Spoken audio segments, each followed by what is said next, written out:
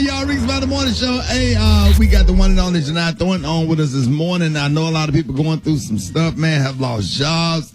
Companies have closed down, but businesses have stopped. But the bills keep on coming. We got the one and only Janai Thornton with us this morning. Good morning, Janai.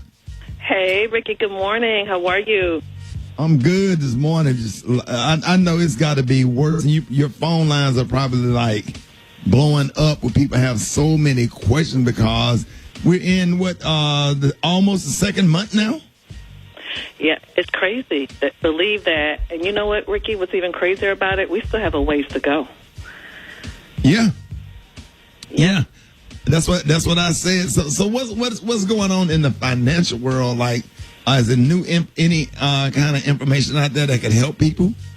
Well, one thing that I really wanted to focus on today was related to college. And I know a lot of parents are struggling, and students too, just trying to finish up this current semester.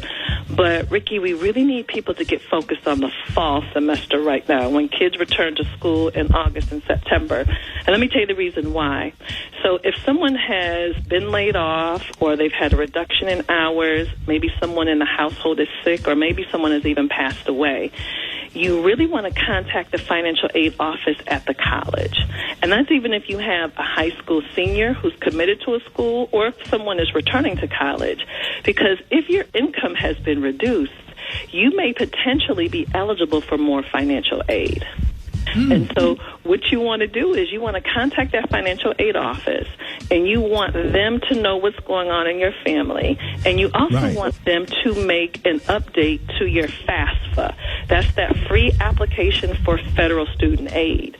Because when they make that update to your FAFSA, again, you could potentially qualify for more aid, but we can't wait for August and September to work on that. We need families to go ahead and start working on that right now. Wow, that's I didn't know that. That's a lot of good information. Yeah. So Janai, for all of the people that didn't hear you last week, what do you think about? Not what do you think, but tell them about what they can do. You know, as far as their rent, their mortgage. Because the bills are gonna keep coming. How can they contact their mortgage company? Because aren't there some laws that was put in place that stop people from having to pay their mortgage? Right. And, Rickey, before we talk about that, there's just one more thing that I wanted to mention about college that most people don't realize. So in the CARES Act, so, that's how we got the stimulus checks, that's how we got all these SBA loans. Colleges also got money out of the CARES Act.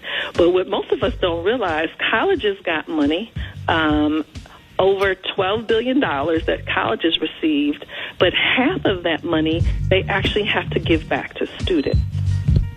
And so... Wait, why?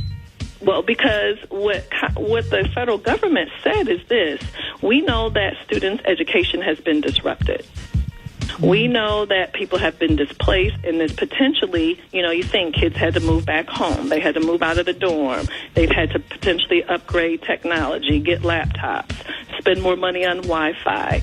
And so there is a list. It's an 85-page list. I've actually put it on my website at JanaiThornton.com, JINITHORNTON. But literally, for example, Rickey, I know you love Roll Tide, Alabama. They got over $20 million. $10 million of that they're going to have to return to students. Howard got over $8 million. They're going to have to give that to They're going to have to give away $4 million. I went to North Carolina A&T. They got over $14 million. Well, Janai, is it going to the students, or is it going back to where the money came from, like probably their parents' bank accounts or something? Well, what's interesting is we're not actually sure how the money that the schools are going to get, how it's going to be, number one, divided amongst the students, and then what are they going to do? Are they going to apply it to students' accounts? Right. So as I've been talking to financial aid officers, I'm hearing different things. I'm hearing that, no, they're not going to return it to every student equally. It's not like they're going to take the student body and divide that money up equally. But I'm hearing things like students who receive Pell Grants. They could potentially be first in line. And those are typically families who have the greatest economic need. They need the most help paying for college. But I'm hearing lots of different things. So the schools, I have not spoken to a school that's actually received the money yet, but they are working. There's going to be a formula. Almost think about like the stimulus checks. You see how everybody didn't get a stimulus check? And it was based on your income.